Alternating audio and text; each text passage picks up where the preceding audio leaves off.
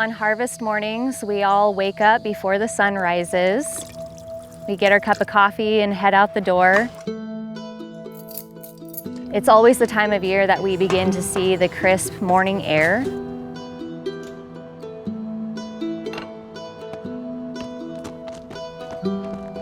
Hops in general are a very unique plant, as you can see. They're 18 feet high, they're a vine, they grow rather fast. It's a female plant. It survives through some of the most stressful climates.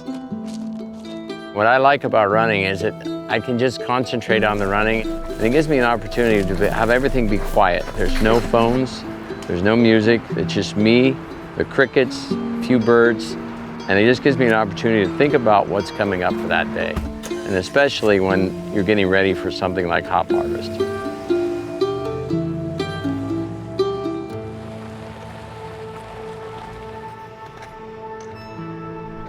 Harvest is a very stressful time. Every day, there's some anxiety of, just getting the crop in, the weather, what the yields are gonna be, are you gonna fill a contract? It's kind of a really surreal feeling. Once you get through that, you have like a breath of fresh air and weight off your shoulders. How you doing? Good. How you guys doing? Good. So they rolling in the kiln all right, Oz? Yeah, they're coming in fast and clean. Projecting rain over the weekend. That heavy rain, it kind of wreaked havoc in that kiln. For 11 months, you're getting ready for the next harvest. And then you get to that point in time where you're ready to pick hops and you have this set amount of time. And it's a race to get it done. Harvest sounds like machinery running, trucks going by, burners lighting. Once hop harvest starts, there's no finish until we truly get to the end.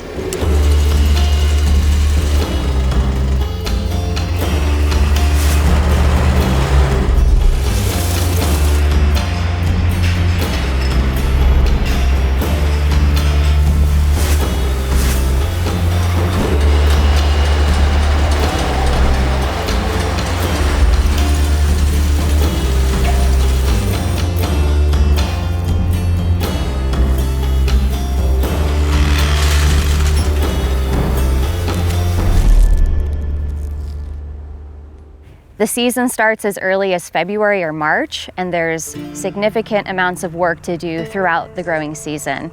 We have twining, training, management of pests, all these different things that have to occur, and many of them are extremely time sensitive. We're running 24/7. This stuff doesn't shut down. There's always something that is failing. The chain breaking, sensors not working properly. We're dealing with hops, so lupulin sticks to everything.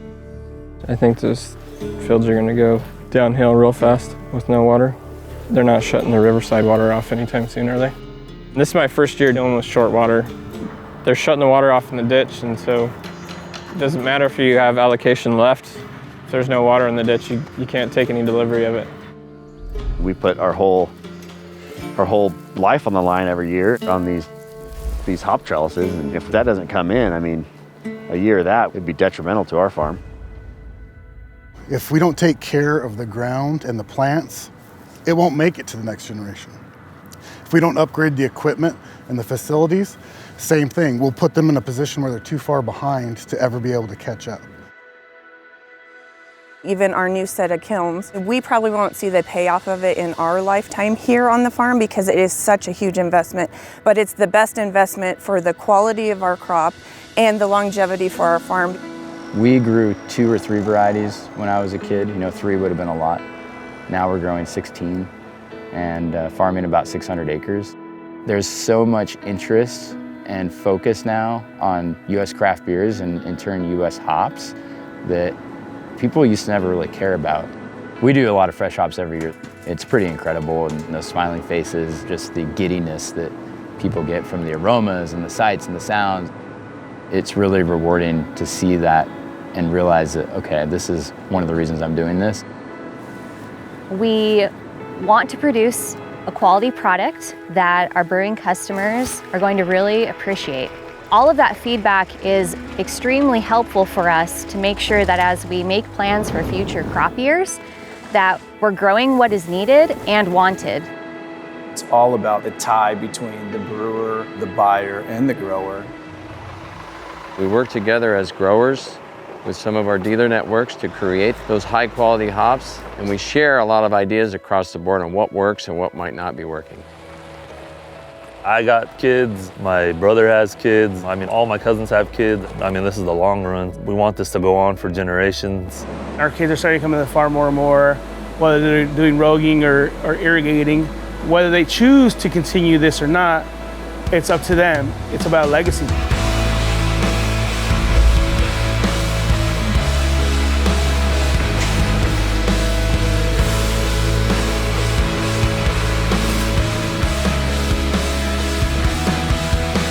We have more and more brewers that want to come out to the fields and see what we're doing. And one of the most important parts about it, I think, is we're usually sharing our story and some of the things we're doing to hopefully make a better product for them so that when they make their beer, they have a story they can tell.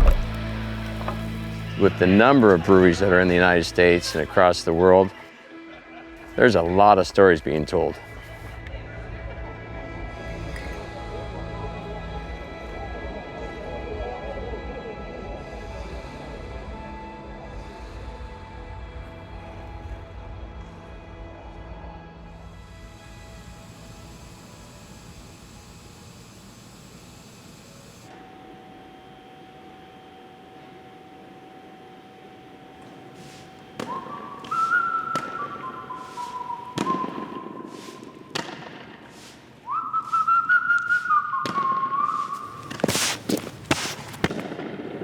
What are you still doing here? Harvest is over. See you next year.